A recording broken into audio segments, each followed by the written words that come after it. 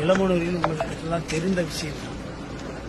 அதாவது ஏற்கனவே தேவர் பெருமானுடைய போர்டு, நேம் போர்டு இருக்குது.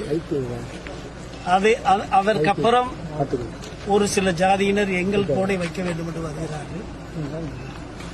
நாங்கள் இன்றைக்கு சொன்னது காரணம் என்ன? ஏன் இத்தனை வருடங்கள் இல்லாமல் இப்பொழுது தமிழகம் அமைதியாக இருக்கின்ற நிலையை ஏன் யார் இதை தூண்டி விடுவதற்காக செய்கிறார்கள்? அதை வந்து சரியாக விசாரணை செய்ய வேண்டும் என்றுதான் கேட்டிருக்கோம். இந்த பிரச்சனை அதுபாட்டு அவங்க போர்டு வச்சிருக்காங்க, இவங்க இருக்காங்க, அவங்க ஒண்ணுமா இருக்காங்க, எல்லாம் விவசாயம் பண்றாங்க, எல்லாம் பண்றாங்க, எல்லாத்துக்கும் தோதா இருக்காங்க. ஆனா இன்னைக்கு வந்து இப்படி ஏன் வருது? தென் மாவட்டங்கள்ல இதே இது தேவர் ஜெயந்திக்கு முதல் நடந்திருந்தா என்ன நிலைமை இருக்கும்? தமிழக அரசுல கண்காணிக்கிறாங்களா, கண்காணிக்கலையா, ஏன் இப்படி நடக்குன்றத இப்ப நம்ம சொல்ல வந்துட்டோம், சொல்லியிருக்கோம்.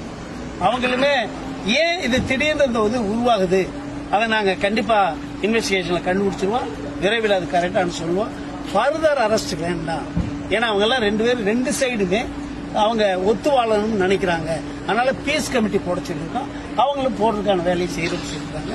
அதனால பீஸ் கமிட்டி போட்டு இந்த ஃபர்தர் பிரச்சனை வரப்படாத அளவுக்கு பாக்குறதுக்கு நாங்க இந்த தலைவர்கள் எல்லாமே நாங்க சட்ட ஒழுங்கை பாதுகாக்க நாங்கெல்லாம் தயாரா இருக்கோம். தேவையில்லாம வந்து ஒருத்தர் சட்ட ஒழுங்கை உண்டாக்குறாரு, அதுக்கு இன்னைக்கு சரியான நடவடிக்கை எடுக்குன்னு சொல்லியிருக்காங்க. அவங்க சொல்றாங்க, நாங்க கேட்டோம், இது வரைக்கும் அவங்க அந்த தேவர் போர்டு எந்த காலத்துல இருந்து இருக்கு, 40 வருஷத்துக்கு மேல இருக்கு. திடீர்னு வைக்கிறதுக்கு என்ன காரணம்? தேர்தல் நேரத்தில் வைக்கிறது. தேர்தல் நேரம்ன்றதுக்காக இந்த சட்ட ஒழுங்கை பிரச்சனை செய்வதற்காக யாரோ தூண்டுதல் விடுகிறார். அவர்கள் அமைதியாக ரெண்டு சமுதாயமும் அவங்க அமைதியா வாழ்ற ஊரு, அந்த ஊர்ல இப்படி ஒரு புது பிரச்சனையை கொண்டு வராங்க. இதுக்கு காரணம் யார் என்பதை நாங்க இன்வெஸ்டிகேட் பண்ணி கண்டிப்பா சொல்றோம் சொல்லியிருக்கோம்.